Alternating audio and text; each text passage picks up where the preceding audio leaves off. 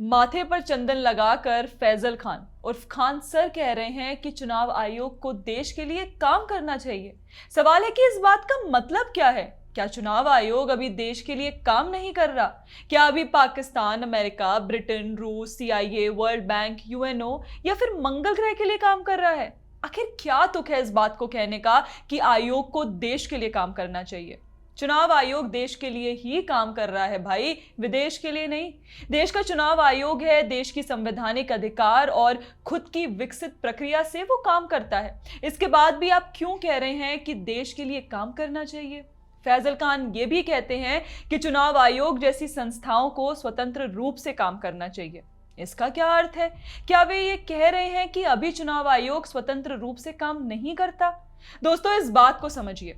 फैजल खान उर्फ खान सर जैसे इन्फ्लुएंसर की इस समय हमारे देश में बाढ़ सी आ गई है और ये लोग किसी भी मुद्दे पर आकर अपने निहित प्रोपोगंडा के तहत बोलते हैं और लोगों के मन में डाउट क्रिएट करते हैं। खान सर एक इन्फ्लुएंसर हैं और चूंकि ये इन्फ्लुएंसर हैं तो फिर एक वर्ग, चाहे वो छात्रों का हो या आम लोगों का हो, वो इनसे प्रभावित होता है। उसके विचार में ये लोग बहुत ही निष्पक्ष और देश हित की बात करने वाले हैं, लेकिन खान सर जैसे लोग उन्हें इसी के नाम पर ठगते हैं। ये लोग बहुत ही महीन तरीके से अपने प्रोपोगंडा चलाते हैं। जैसे खान सर की इसी बात का उदाहरण ले लीजिए। ये कहकर कि चुनाव आयोग को स्वतंत्र रूप से काम करना चाहिए, वे ये मैसेज कन्वे करते हैं कि अभी चुनाव आयोग ऐसा नहीं कर रहा है।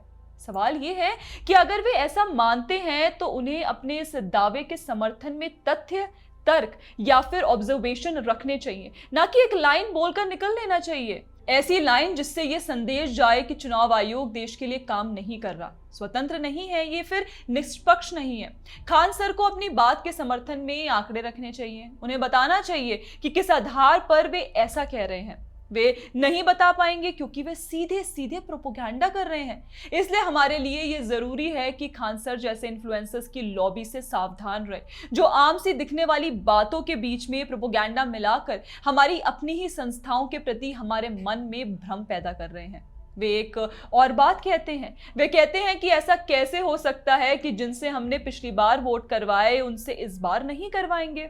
ये भी तो एक चुनाव आयोग पे भी और एक भारत की छवि पे भी जाएगा कि आप एक इलेक्शन में उनसे वोट डलवा रहे हैं, एक इलेक्शन में कटवा रहे हैं। अरे खान सर, वोट और वोटर की शिनाख्त के लिए ही स्पेशल इंटेंसिव रिवीजन हो रहा है। ये कोई नई प्रक्रिया तो है नहीं। और ये क्या लॉजिक हुआ कि जिन्होंने पिछली बार वोट किया था वे इस बार भी करेंगे ही, फिर वे रहें या ना रहें?